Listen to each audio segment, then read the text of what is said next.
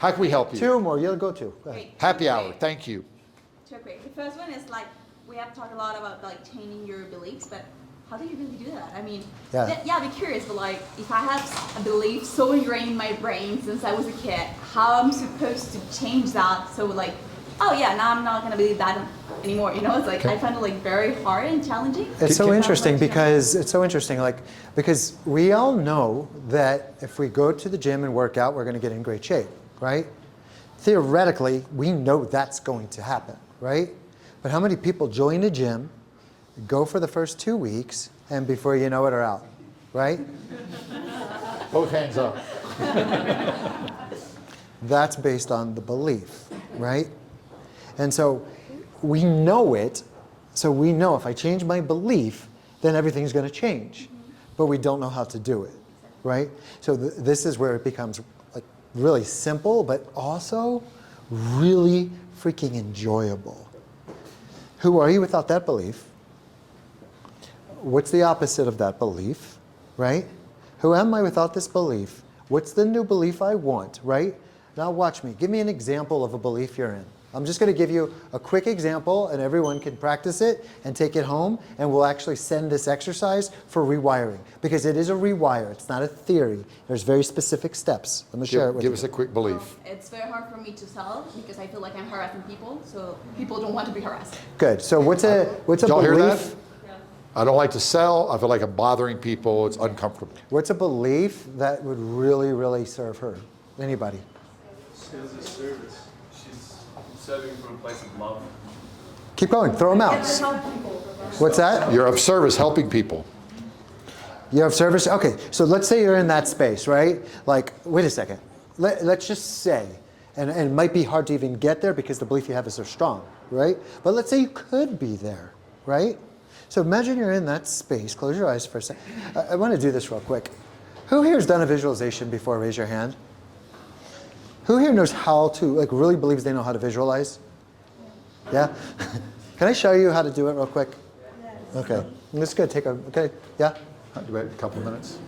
Okay, it's going to take an hour.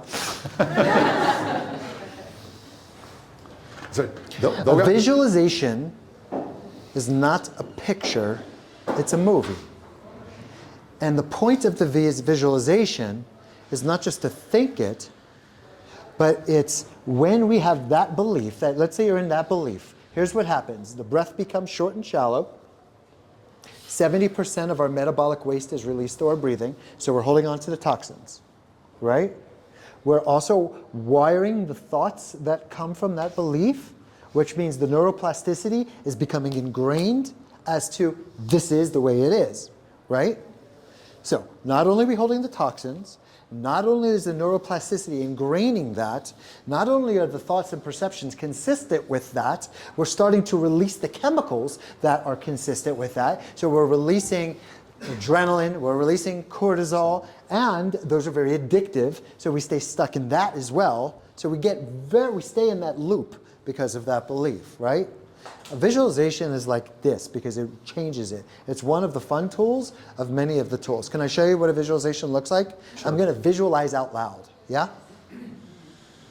A lot of this is happening now, right? So it's exciting for me to share this. I do my work to help people get that level of success because, like you were saying, like, what do you want your loved one to say about you? I want my daughter to feel amazing about what I do. When I'm on my deathbed, I want her to be like, this is who my daddy is. And I want to look at her in her eyes and be like, yeah, I want to feel good about that, right?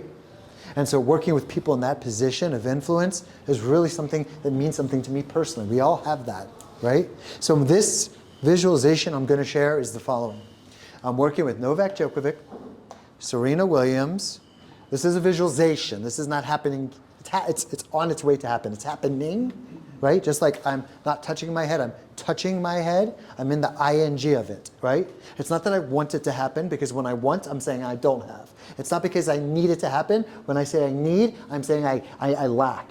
It's not because it should happen, because should is shame. So I'm not setting those frequencies of my body.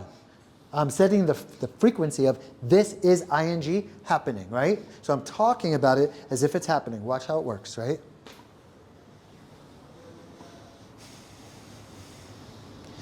I'm working with Novak Djokovic, Serena Williams, Tom Brady, and Canelo Alvarez. And each of them have been masters in their sport.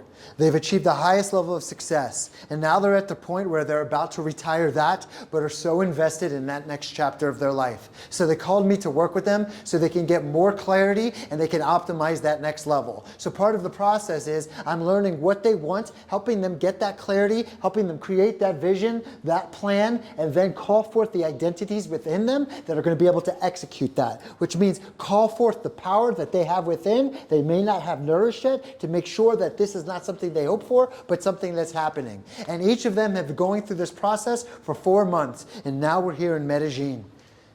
They're here for a retreat.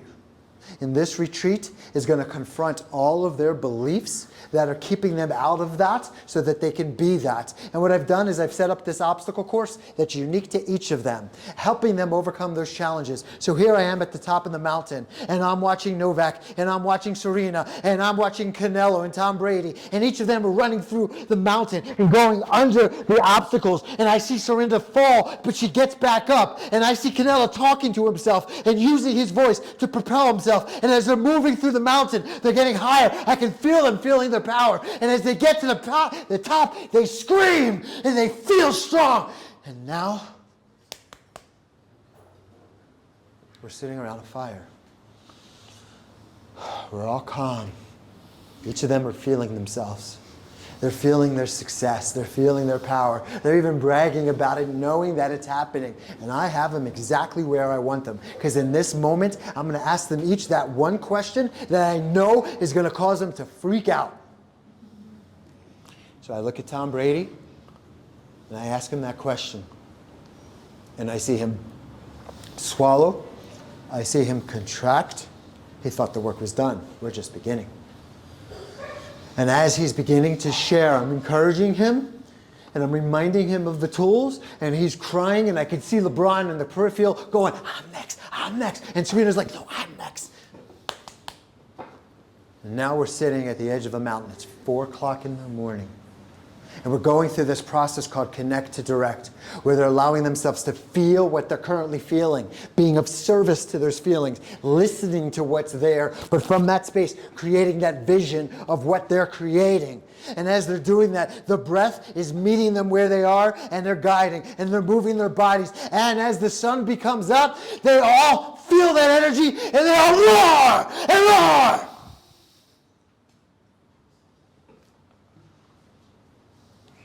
Who here can feel me? Raise your hand. I feel me. That's the wire. So how do you begin to shift the belief system? We start with the heart.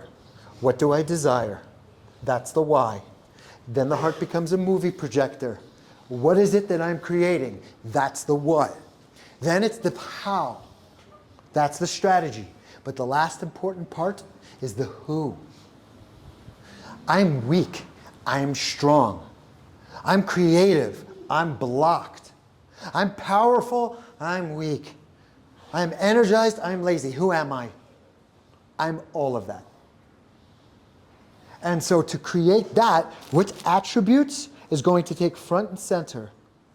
And I begin to wire that into my system. And then I say, what's the supporting cast? The other attributes. And I begin to wire those into my system. So now I show up. This is not something I want to happen. This is happening. That day that kid put the gun to my head, that thing with Novak Djokovic was no more than 5 months afterwards. 6 months probably. It happens. It happens when you follow the plan.